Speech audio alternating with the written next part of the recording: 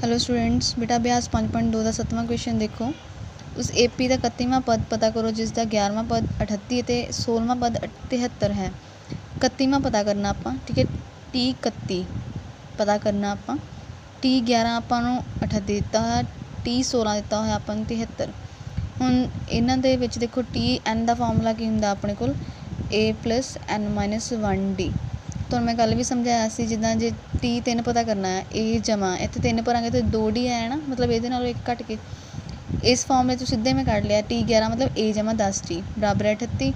T16 मतलब A जमा 15D बराबर है 73। दोनों समीकरण नूं हल करना पहला आपां, क्योंकि देखो T31 पता करने लई आपां नूं मेन A ते D चाहिदा। N तो अपने कोल 31 हैगा ही आ, मतलब तुसीं इन्हां दोनों समीकरणों नूं हल करके A ते D कढ़ना। तुसीं इन्हां दोनों नूं माइनस कीता आपां, पहला माइनस करके देखो विलोपन विधि लाई आपां। इहदे विच की कीता A कट हो गया माइनस करके दोनों नूं, तो अपने को कितना आ गया D7। D का मुल उपर 1 च भरिया, अपने को A आ गया माइनस का 32। T31 पता करने लई इत्थे फिर आई फॉर्मूला A जमा N-1D का, मतलब A जमा N का मुल कितना अपने को देखो N की जगह तो 31 माइनस 1 D A ते D दे जो मुल कड्ढे तुसीं उपर भर लो। T31 आ गया अपने को 178। प्रश्न नंबर 8 भी अपने को सेम इदां दा ही है। क्वेश्चन नंबर 8 एक AP दे विच 50 पद हैं, मतलब N दे दिता आपां नूं 50, जिसका तीसरा पद 12 आ। T3 आपां नूं 12 दिता होया, अंतिम पद 106 आ। हुण देखो उन्होंने कहा कि टोटल अपने को 50 पद है, मतलब जी लास्ट वाली है T50 हो गई अपने को। T50 आपां नूं 106 दिता होया, सिर्फ सानूं कन्फ्यूजन क्रिएट करने लिए आपां नूं अलग अलग दे दिता कि N अलग आ ते TN लास्ट वाली अलग आ, ठीक है। N दे दिता मतलब अंतिम वाली मतलब T50 ही अपने को 106 आ। 29वां पता करना आपां, सेम जिदा T3 ते T50 के उत्ते दोनों के फॉर्मूला ला के A ते D दोनों नूं कढ़ लेना। दोनों चों कढ़ के इत्थे भरांगे तो अपने को T29 का आंसर आ जाएगा। उस तो बाद क्वेश्चन नंबर 9 देखो, AP का तीसरा और 9वां पद क्रमवार 4 ते -8 होवे तो इसका कितनावां पद सिफर होवेगा। तीसरा पद मतलब 4 आ, T3 4 दिता होया, T9 दिता होया माइनस का 8, तो कहते कितनावां पद अपने को सिफर है। कितनावां पद मतलब कि N पता करना तुसीं, सिफर दिता होया TN अपने को 0 दिता होया, तुसीं N मतलब किहड़ी पोजीशन ते अपने को 0 पिया होया वो आपां देखना है। ये देखो आप T3 ते T9 दे विच दोनों समीकरण लिख के हल करके A ते D का मुल कढ़िया। A ते D ते मुल कढ़ के TN अपने को 0 दिता होया आपां नूं, इहदे विच A जमा N-1D बराबर है 0। A का मुल आपां भर लिया, D का मुल भर लिया। उस तो बाद जो हल करांगे इत्थों N का मुल आ गया 5। इसदा मतलब पंजवां जिहड़ा पद अपने को 0, मतलब पंजवीं पोजीशन ते 0 पिया होया अपने को। क्वेश्चन नंबर 10 देखो, किसी AP का 17वां पद उसके 10वें पद तो 7 वध है, इसका साझा अंतर पता करो। ये हिंट लै लो तुसीं, उन्होंने कहा T17 जिहड़ा आ T10 नालों 7 वध आ, मतलब T17 जिहड़ा आ 10 वध आ, किहदे तो वध आ T10 नालों। इदां आएगा, इदां आना है T10 बराबर है T17 जिहड़ा आ T10 दे नालों 10 वध आ। ਇਹਦਾ मतलब इत्थे तुसीं T17 का मुल भरना, T10 का मुल मतलब A जमा 16D, इधरों आ जाऊगा A जमा 9D, A कट हो के D का मुल सीधा निकल जाना तुहाडे कोल इनू हल करके। उस तो बाद प्रश्न नंबर 10 देखो, AP दिती हुई है, तो कितनावां पद उसके 94वें पद तो 132 वध होवेगा। ਇਹਦੇ ਵਿੱਚ ਉਹਨਾਂ ਨੇ AP देती ਇਹਦਾ मतलब A ਤੇ D ਤੁਸੀਂ ਆਰਾਮ ਨਾਲ ਕੱਢ ਸਕਦੇ ਆ, D भी ਕੱਢ ਲਿਆ, A भी ਕੱਢ ਲਿਆ। ਕੁਐਸਚਨ 'ਚ ਕਿਹਾ ਉਹਨਾਂ ਨੇ ਕਿ ਕਿੰਨਵਾਂ ਪਦ मतलब ਕਿਹੜੀ ਪੋਜੀਸ਼ਨ, मतलब N ਆਪਾਂ ਪਤਾ ਕਰਨਾ ਆ, ਉਸ ਦੇ 94ਵੇਂ ਪਦ ਤੋਂ 132 ਵੱਧ ਹੋਵੇ, मतलब ਕਿਹੜੀ ਸੰਖਿਆ ਆ 9ਵੇਂ ਪੋਜੀਸ਼ਨ 'ਤੇ ਪਈ ਕਿ ਜਿਹੜੀ 54 ਨਾਲੋਂ 132 ਵੱਧ ਆ। मतलब ਆਪਣੇ ਕੋਲ ਆਹ ਵਾਲੀ ਸਮੀਕਰਨ ਬਣਨੀ ਆ। ਇਹਦੇ ਵਿੱਚ ਕੀ ਕਰਨਾ, ਉਹੀ ਤੁਸੀਂ TN ਦਾ ਮੁੱਲ ਭਰ ਲਿਆ, T54 ਦਾ ਮੁੱਲ ਭਰ ਕੇ ਇਹਨੂੰ ਹੱਲ ਕਰ ਲਿਆ। A ਕੱਟ ਹੋ ਗਿਆ, ਇੱਥੋਂ ਦੇਖੋ D ਦਾ ਮੁੱਲ ਵੀ ਭਰ ਲਿਆ, D ਆਪਾਂ ਉੱਪਰੋਂ ਕੱਢਿਆ ਹੋਇਆ ਸੀ 12, तो सीधे ਤੁਹਾਡੇ ਕੋਲ आंसर कितना आ जाना N65 आ जाना। उस तो बाद यही पता करना सी आपां। 12वां क्वेश्चन देखो, 2 अंक गणितक लड़ियां का साझा अंतर बराबर है। 2 लड़ियां दित्तियां होईयां, ਉਹਦੇ ਵਿੱਚ ਕਹਿੰਦੇ कि जेकर 10वें पद का अंतर 100 है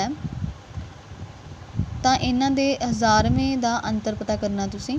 100वें पद का उन्होंने क्या होया, देखो मान लो पहली AP का पद A ते उन्हां साझा अंतर हैगा D, दूसरी AP का पहला पद A ले लिया तो साझा अंतर D ही क्यों लिया, क्योंकि उन्होंने कहा पहले लाइन दे विच कि साझे अंतर बराबर है, मतलब जे इहदा साझा अंतर D तो दूजे का भी साझा अंतर D लओगे।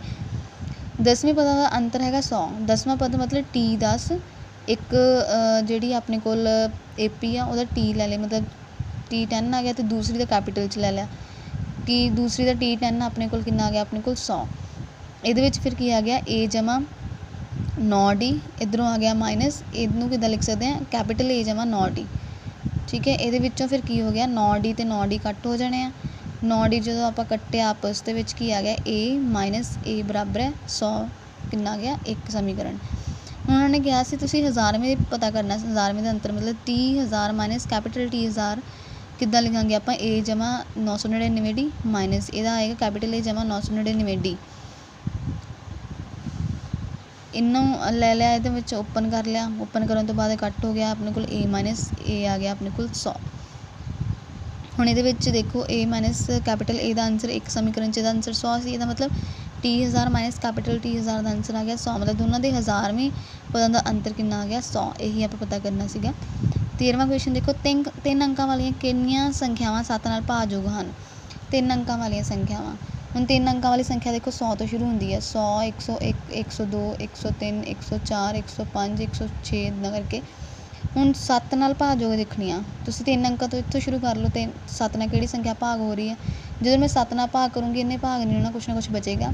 105 ਇਸ ਪਹਿਲੀ ਸੰਖਿਆ ਹੋਣੀ ਜਿਹੜੀ 7 ਨਾਲ ਭਾਗ ਹੋਣੀ ਆ, ਫਿਰ 112, 119, 126 ਸਾਰਿਆਂ ਲਿਖਣ ਦੀ ਲੋੜ ਨਹੀਂ ਆ। ਲਾਸਟ ਤੋਂ ਦੇਖ ਲਓ, 3 ਸੰਖਿਆ ਵਾਲੀ ਲਾਸਟ 'ਤੇ ਹੁੰਦੀ ਹੈ 999, ਫਿਰ 998, ਫਿਰ ਹੁੰਦੀ ਹੈ 997, 996। ਜਦੋਂ ਇਹਨਾਂ ਸਾਰਿਆਂ ਨੂੰ ਚੈੱਕ ਕਰਾਂਗੇ ਕਿਸੇ ਨੇ ਵੀ 7 ਨਾਲ ਭਾਗ ਨਹੀਂ ਹੋਣਾ।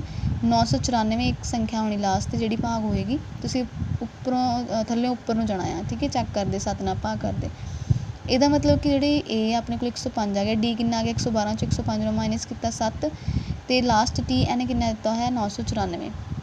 ਉਹਨਾਂ ਨੇ ਕਿਹਾ ਕਿੰਨੀਆਂ ਸੰਖਿਆਵਾਂ, ਮਤਲਬ ਟੋਟਲ ਕਾਊਂਟਿੰਗ ਪਤਾ ਕਰਨੀ ਆ, N ਆਪਾਂ ਪਤਾ ਕਰਨਾ ਆ, ਠੀਕ ਹੈ। ਜਦੋਂ ਉਹਨਾਂ ਨੇ ਕਿਹਾ ਹੋਇਆ ਪੋਜੀਸ਼ਨ ਪਤਾ ਕਰੋ ਜਾਂ ਗਿਣਤੀ ਪਤਾ ਕਰੋ ਵੀ ਕਿੰਨੀਆਂ ਸੰਖਿਆਵਾਂ ਤੁਸੀਂ N ਕੱਢਣੀਆਂ ਆ।